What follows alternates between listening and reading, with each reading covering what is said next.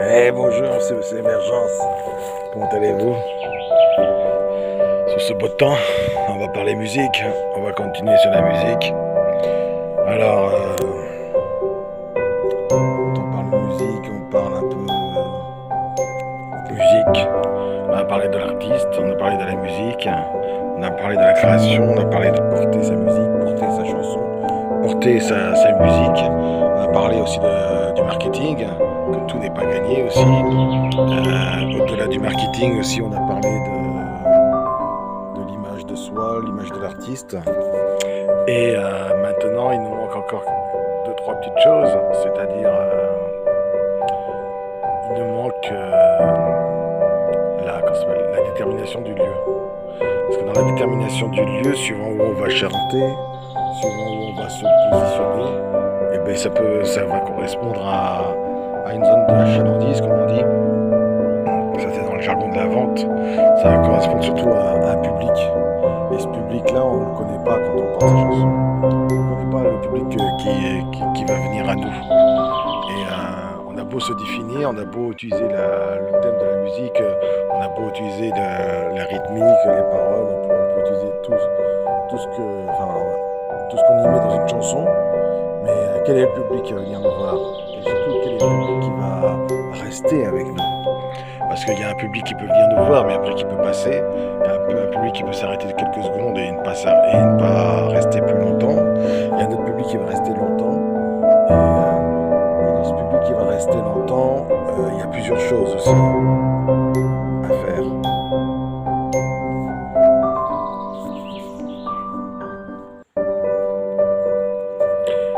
Et oui, dans toutes ces choses, c'est-à-dire que dans notre public, des fois, on peut avoir un public, mais on peut avoir un public qui ne correspond pas à notre style de musique. Ou alors on peut avoir un public qui correspond à notre style de musique. On peut pas, des fois, on peut ne pas connaître notre style de musique. Parce que dans notre style de musique, la musique se développe de plus en plus. Et plus on vieillit, moins on sait où elle se développe, la musique. Parce que la musique se développe surtout avec les jeunes en émergence. Et ce sont les jeunes qui font de la musique un développement musical et un développement de la communauté. Parce que dans cette communauté, c'est beaucoup une communauté de jeunes qui font que la musique perdure le long des années. Parce que on regarde la musique de nos anciens a moins d'influence que la musique de nos jeunes d'aujourd'hui. La musique de nos anciens est moins présente dans nos cœurs que la musique des jeunes d'aujourd'hui. Mais pour ceux de mon âge, la musique des anciens et la musique des jeunes est présente. Mais on ne va pas aller moins présente sur les radios. On va tout le temps trouver notre gospel. Il y a des musiques qu'on n'a jamais écoutées à la radio, mais il y a des musiques que l'on écoutera toujours dans nos cœurs, quoi. Il y a des musiques qui ne vont pas à la radio, qui vont dans nos cœurs et qui vont quand on en a besoin, quand on en a envie. Il y a des musiques qui correspondent à notre communauté, mais notre communauté des fois ne sait pas quel est le type de communauté. En fait, la communauté se crée au fil de la durée de la musique. Plus la chanson existe, plus la communauté se crée et plus le style va se mettre en place. Parce que souvent, on regarde le rock, voilà, il y a tout un style avec le rock, il y a tout un style avec le rap, je ne vais pas rentrer dans les détails, il y a tout un style avec le hip-hop, avec le R&B, avec la musique classique, il y a un style aussi, avec l'orchestre, avec le classique, avec l'opéra. Donc du coup, on voit bien que dans chaque corps de musique, il y a une tenue vestimentaire, une manière d'être, et une façon d'appartenir à la communauté. Et aussi une manière de parler. Après, il y a des gens aussi, il y a des personnes qui sont un petit peu, qui écoutent aussi un style de musique, mais qui n'habitent pas la communauté.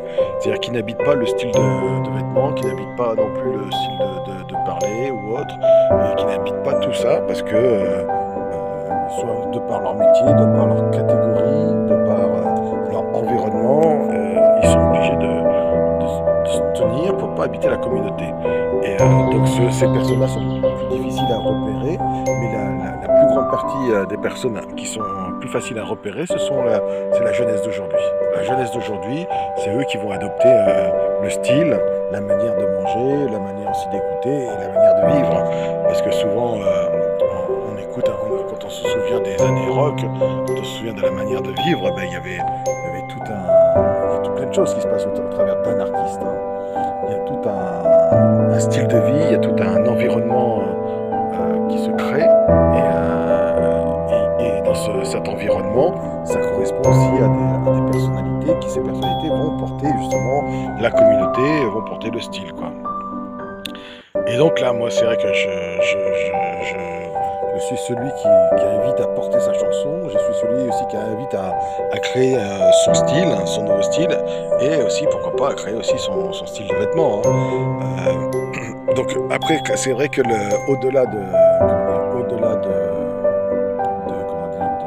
parce qu'on peut pas faire tout seul, hein. Les choses se font aussi indépendamment de notre volonté. Les choses se font dans un sens, comme dans l'autre sens aussi. Ça se fait dans tous les sens en fait en général. Mais il y a une chose qui est importante à faire, parce que autant on peut avoir de la publicité positive ou de la publicité négative, mais dans les deux cas, il faut surtout que l'artiste reste clair avec lui-même et c'est déterminer une identité claire, et c'est délimiter aussi son style et qu'il puisse porter aussi tout ça tranquillement, de manière à passer justement les moments difficiles et comme les moments faciles en haut du sommet, que tous ces moments-là soient comment dire, en accord avec la musique qu'il porte, et surtout qu'il reste déterminé à continuer dans son style de musique, justement pour sortir de la masse. Parce qu'après ce que je propose, c'est l'intermédiaire, hein, parce qu'après l'intermédiaire, c'est sortir de la masse, et c'est devenir l'artiste avec un grand A, et faire les grandes scènes. Et quand on fait les grandes scènes, après, l'image se crée par des marketeurs, tout se fait par des publicistes, tout se met en place par des tourneurs. Voilà, il y a plusieurs termes qui vont autour de l'artiste.